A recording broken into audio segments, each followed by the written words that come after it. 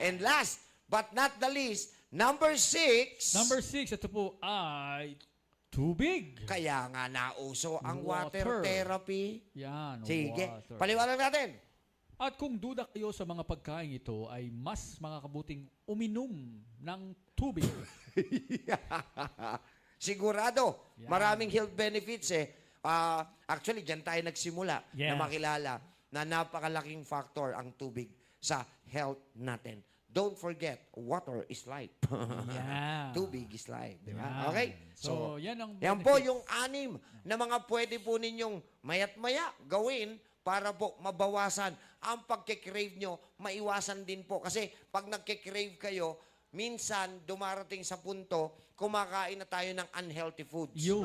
Diyan na pumapasok yun, uy, gusto ko ng matamis. So, Kain ang ka ng tendency ngayon, kakain ka ng matamis, alam nyo naman at pinaliwanag ko na, ng isang kutsarang puting asukal, pag ipinasok mo sa iyong katawan, will make your immune system sleep for at least 2 hours.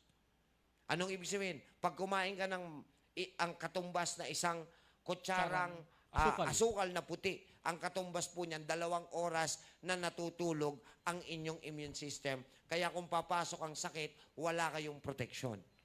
Nandyan din pagka nakikrave ka, andyan din yung, bili mo nga muna ako ng chicheria. Ayan. Para lang matanggal yung, ayan, hanggang sa nagiging unhealthy na tayo. Yun. So, ito po, yung mga pwede nyong gamitin para po maibsan ang ganyang craving. So, Yan. natutunan nyo yan. Maganda ba yung natutunan?